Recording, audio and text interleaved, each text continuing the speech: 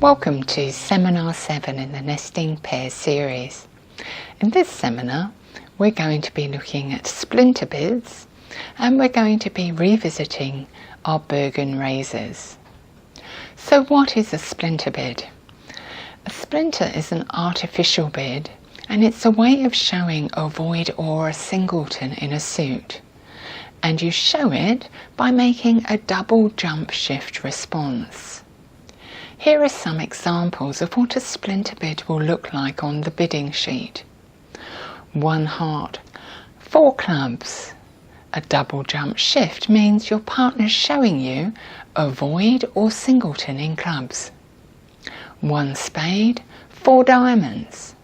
Again, your partner's showing you a void or singleton in diamonds. 1 heart, 3 spades is showing a void or singleton in spades. And in each case, your partner is confirming the fit in the opening bid suit. We're going to be looking for your first splinters at doing a splinter on the way to game. We're going to look at them solely where your partner's opened either 1 heart or 1 spade and you know game is on, and we're going to splinter on the way to that game. What is the advantage of making this splinter bid on the way to game? Well, it enables you to bid what I call slams on a shoestring. Sometimes when you look at hand records at the end of a session, you'll find that the slam was available on maybe as little as 26, 27 points. You didn't call it, and often nobody else has done so. And you'll sit there with your partner and say, well, it's not possible to bid that, is it? Nobody would bid that slam. Well, splinters are a way of finding those slams on a shoestring. For you to use this splinter, 3 conditions of your hand must apply. You must have minimum 4 card support for your partner's opening major suit.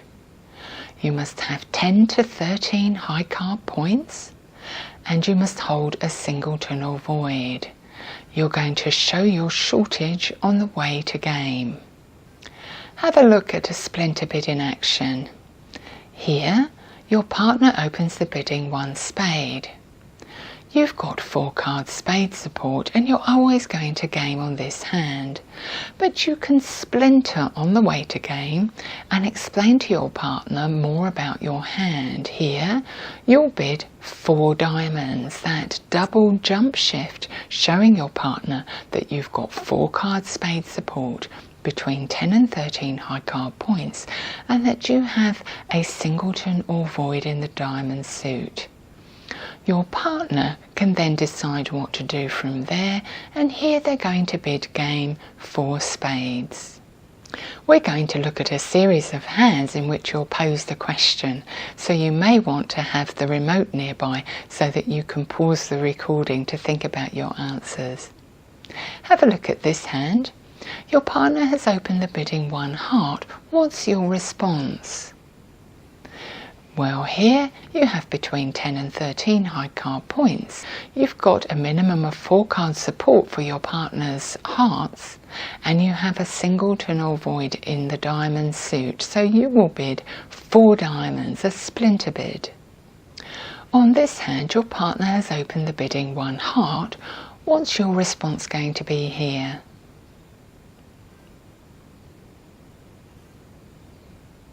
Well, you have 4 card support for your partner's heart suit, you have between 10 and 13 high card points, and you have a void in clubs. So 4 clubs, you're going to make a splinter bid on the way to game. Your partner opens 1 heart. What's your response with these cards?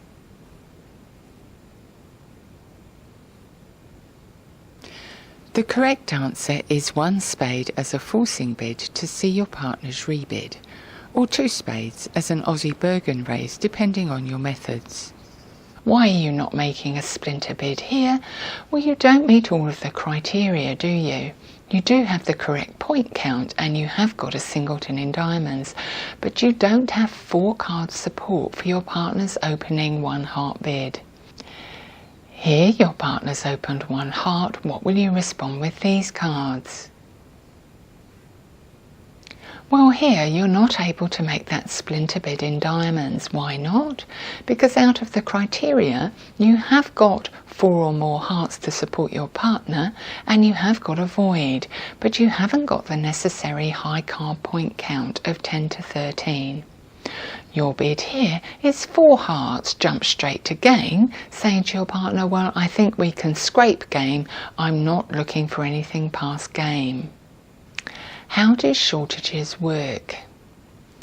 Well, look at these 2 hands. Your partner has opened 1 spade, and then let's say your partner has a way of showing you a void in diamonds. Which of these 2 hands would you prefer to hold? Many people would opt for hand A, and it comes as quite a surprise to find that in fact hand B is the stronger one. This is what I term your Animal Farm moment. It's quite hard to get your head around, but shortage opposite weakness is good, and shortage opposite strength is bad. Let's have a look at that hand A in more detail. You can now see your partner's hand next to it. Your partner has opened 1 spade, and let's say your partner has also been able to show you a void in diamonds. Should you be considering slam or just signing off in game?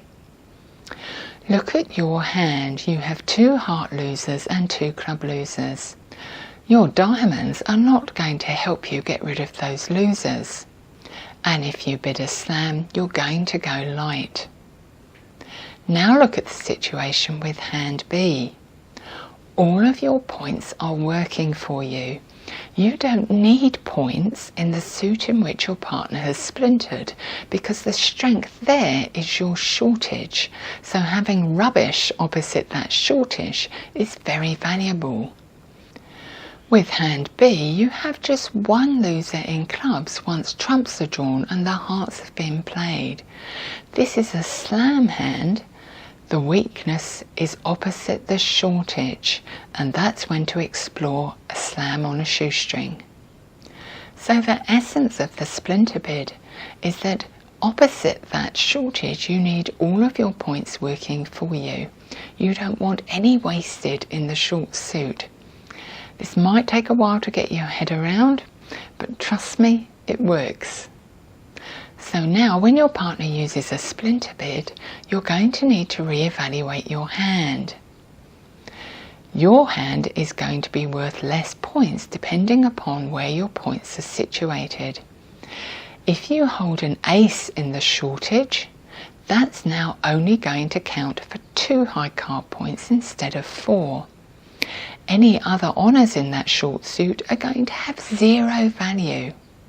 You're going to add in your distribution points, 5 for a void, 3 for a singleton and 1 for a doubleton, and work out what your hand is now worth. Coming up are some evaluations for you to do, so have the remote ready to click on that pause button. Try re-evaluating your hand after this auction: 1 spade, 4 clubs. Here you have 15 high card points and 1 shape point, so your total points are 16. Try this one. How much are your total points here once you've re-evaluated your hand after the splinter bid? Well, you have 13 high card points and 3 shape points, so a total of 16 total points. Re-evaluate your hand on these cards after the auction: 1 spade, 4 clubs. Well, here you have 16 high card points, but we need to take off 6 for the club suit because the ace is now reduced to just 2 points and the king and jack are discounted altogether. So instead of that suit being worth 8 points, it's now only worth 2. So your total points here come to just 10. Try re-evaluating this hand after the auction: 1 spade, 4 clubs. Or here you have 11 high card points, you don't have any wastage in the club suit, and you can add on 5 for that void. You come to 16 total points. So the new magic number in your life is going to be 26 total points. So that's 26 combining your high card points and your shape points. Once you find that between you and your partner you've got 26 total points after a splinter, it's time to investigate that slam on a shoestring. So you would have opened one of a major. Your partner with their splinter bid has promised you 10 high card points as a minimum. You add on their 10 to your re-evaluated number, and if you get to 26, slam is worth investigating. Here are some examples. You decide whether it's worth investigating slam or not. On this hand, you've opened the bidding 1 spade and your partner has made a splinter bid. They've bid 4 diamonds, telling you they have 10 to 13 high card points. They have a void or singleton in diamonds, and they have at least 4 card spade support for you. Is slam worth investigating here? Add up your total points. They should come to 13. Your diamonds don't count. The king and queen are lost in this auction. So 13 plus your partner's promised minimum of 10, we're only getting to 23. You need 3 more points. The magic figure is 26, so don't explore slam on this hand. Bid 4 spades. On this hand, you've opened the bidding 1 heart. Your partner gives you a splinter response of 4 clubs. Re-evaluate your hand. Is it worth investigating slam here? Can you get to 26? Well, here you have 13 high card points and 3 shape points for your singleton. That makes a total of 16 total points. So your partner has promised you at least 10. With your 16, you're getting to that magic figure of 26. You bid 4 no trumps. You're going to slam if your partner has 2 aces. The hands fit well. You have nothing in your partner's short suit. On this hand, you've opened the bidding 1 heart and your partner has given you a splinter bid of 4 clubs. What's your bid going to be here? Well, you have 15 high card points and 1 shape point, making a total of 16 total points.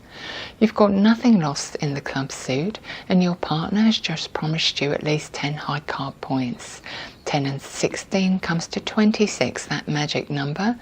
This is a slam worth investigating. Your bid 4 no trumps.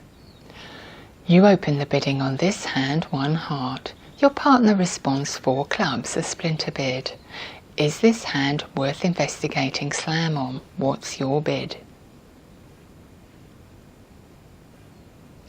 Well, you have 17 high card points here, but in the club suit you've got to downgrade. That ace is now only worth 2 and you must discount the king and the jack.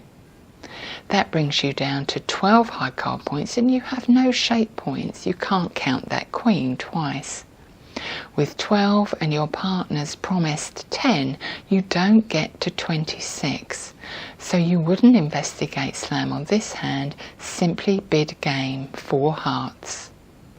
If the opponent should come in with an overcall, then splinters are off.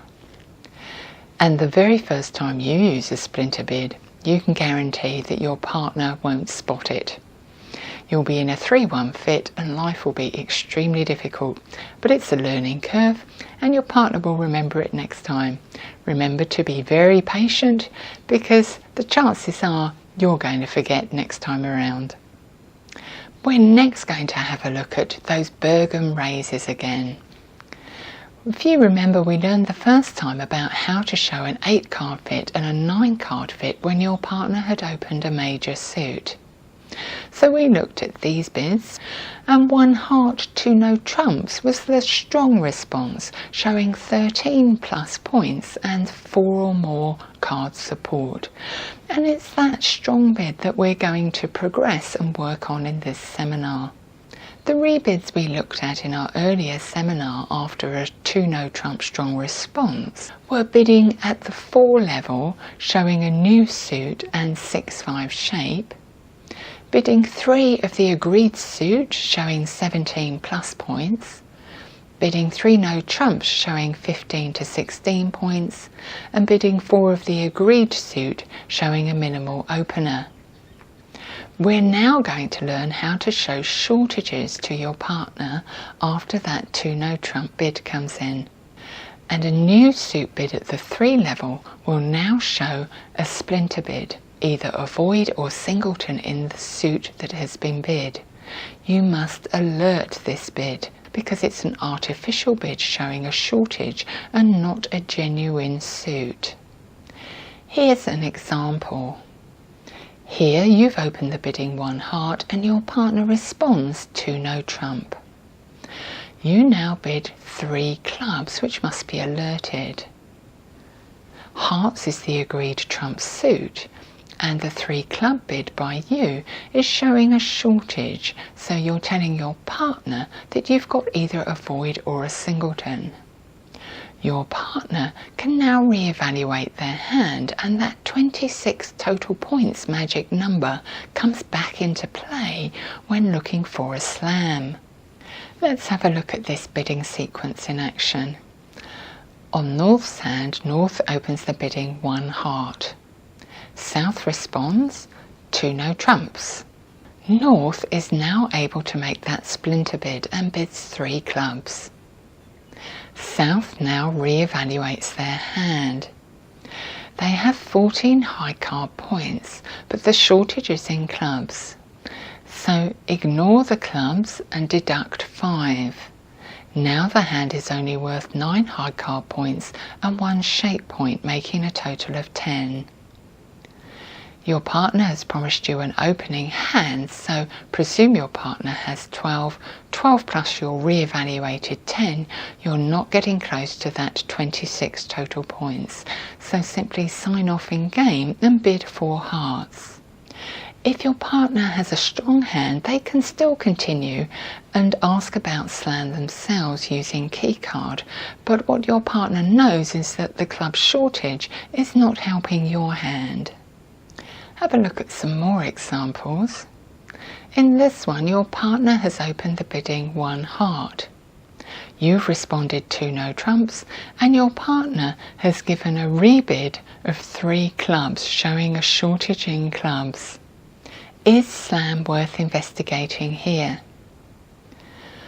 Well, if you re-evaluate your hand, you have 15 total points. Plus, your partner's promised 12 high card points, you're coming up to 27, so you are past the magic figure of 26. So bid 6 hearts after checking there aren't 2 aces out. On this hand, your partner has opened the bidding 1 spade and you have given the strong Bergen raise of 2 no trumps. Your partner rebids 3 hearts, showing a void or singleton in hearts. Re-evaluate your hand. You started with 17 high card points, but now your ace of hearts is only worth 2 and you need to discount completely the king and queen. So 7 high card points are taken away. That leaves you with just 10 high card points and 1 shape point. So you have a total of 11 total points. Plus your partner's promised 12 from opening the bidding. You're short of the magic 26. Just bid 4 spades.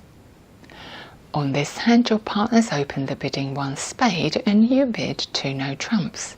Your partner rebids 3 diamonds. What's your bid now? Well, if you re-evaluate your hand, you started with 14 high card points and your partner's shortage is in just the right place because you have no values opposite that shortage. So all of your points are working for you. You can now add on 1 shape point. Your total points come to 15. Your partner's open with a minimum of 12. Therefore, your total points come up to 27.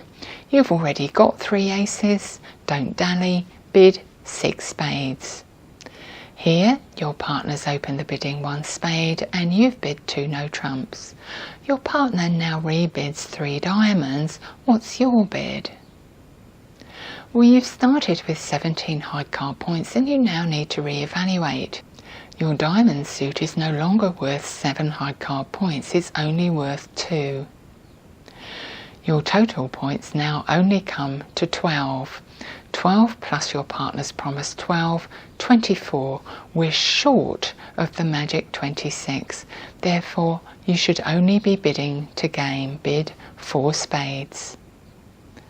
If your partner isn't showing a shortage, then you're still going to need 33 total points to get a slam. On this hand, your partner's opened the bidding 1 heart, you've responded 2 no trumps. Your partner has rebid 3 no trumps, showing 15 to 16 points and no shortages. Here, you can bid 6 hearts, your 19 total points, plus your partner's 15 to 16, ensure 33 total points between you. That's the end of Seminar 7. All of the dealing files, the commentaries for the backs of the boards and all the seminar notes you'll find on the Cambridge Bridge Club website. On this occasion there are just 6 boards to bid and play, so what I'd recommend is that you do that and then turn the boards sideways and bid them only to give the opponents a chance at practicing their splinter hands. I hope you enjoy your practice session and good luck bidding those slams on a shoestring. Happy bridging.